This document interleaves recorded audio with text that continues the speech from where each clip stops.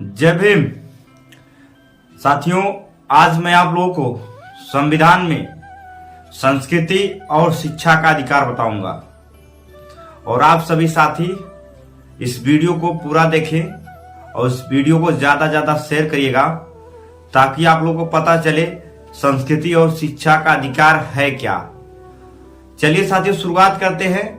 संस्कृति और शिक्षा का अधिकार यह और अल्पसंख्यक वर्गों के हितों के संरक्षण अनुच्छेद 29 और अनुच्छेद 30 में दिया गया है। यह संस्कृति और शिक्षा के अधिकारों को अपनी विरासत का संरक्षण करने और उसे भेदभाव से बचने के लिए सक्षम बनाते हैं। संस्कृति, भाषा और धार्मिक अल्पसंख्यक अधिकारों की रक्षा करता है। साथियों, अनुच्छेद 29 यह भी कहता है कि भारत में किसी भी राज्य में रहने वाले किसी भी नागरिक को अपनी भाषा संस्कृति को बनाए रखने का अधिकार होगा।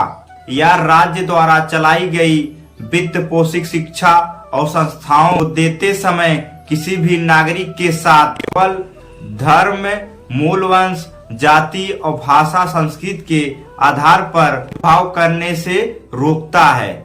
यह बात सभी लोगों को पता होना चाहिए। हालांकि यह सामाजिक और शिक्षा के रूप में पिछड़े वर्गों के लिए और द्वारा उचित संख्या में सीटों के लिए क्षण तथा एक अल्पसंख्यक समुदाय को चलाई जा रही शिक्षा संस्था में से संबंधित नागरिकों के लिए 50% सीटों का आरक्षण प्रदान किया गया है।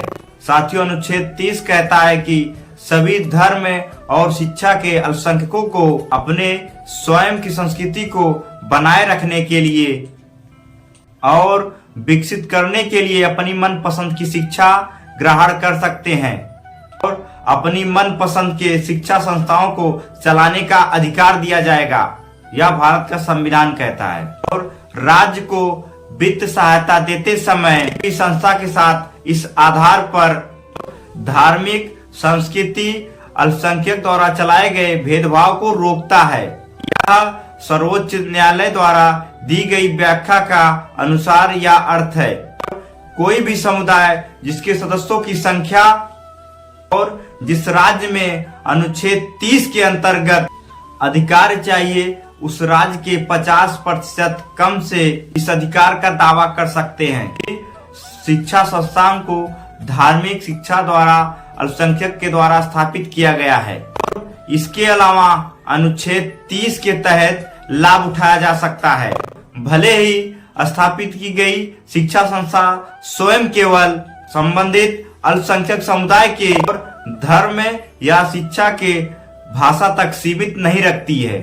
संख्या के अधिक छात्र संबंधित अल्पसंख्यक समुदाय से संबंध नहीं रखते हों। यह अधिकार शिक्षा मानकों कर्मचारियों के लिए की शर्तों शुल्क रचना दी गई है। सहायता के उपयोग के संबंध में और उचित विनियम को लागू करने के लिए राज्य के अधीन होते हैं।